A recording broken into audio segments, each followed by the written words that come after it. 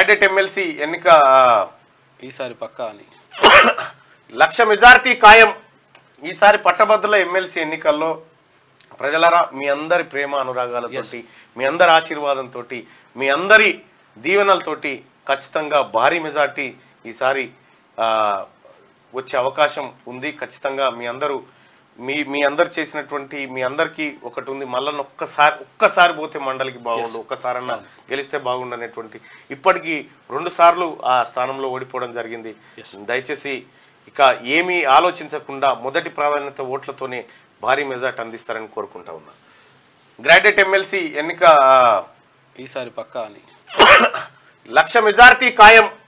ఈసారి పట్టభద్రుల ఎమ్మెల్సీ ఎన్నికల్లో ప్రజలరా మీ అందరి ప్రేమ అనురాగాలతోటి, మీ అందరి ఆశీర్వాదంతో, మీ అందరి దీవెనలతోటి ఖచ్చితంగా భారీ మెజార్టీ ఈసారి వచ్చే అవకాశం ఉంది. ఖచ్చితంగా మీ అందరు చేసినటువంటి మీ అందరికీ ఒకటి ఉంది, మళ్ళీ ఒక్కసారి పోతే మండలికి బాగుండు, ఒక్కసారన్నా గెలిస్తే బాగుండు అనేటువంటి.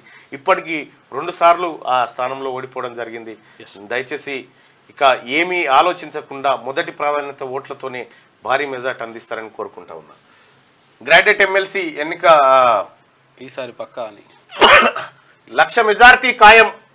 ఈసారి పట్టభద్రుల ఎమ్మెల్సీ ఎన్నికల్లో ప్రజలరా మీ అందరి ప్రేమ అనురాగాలతోటి, మీ అందరి ఆశీర్వాదంతో, మీ అందరి దీవెనలతోటి ఖచ్చితంగా భారీ మెజార్టీ ఈసారి వచ్చే అవకాశం ఉంది. ఖచ్చితంగా మీ అందరు చేసినటువంటి మీ అందరికీ ఒకటి ఉంది, మళ్ళీ ఒక్కసారి పోతే మండలికి బాగుండు, ఒక్కసారన్నా గెలిస్తే బాగుండు అనేటువంటి.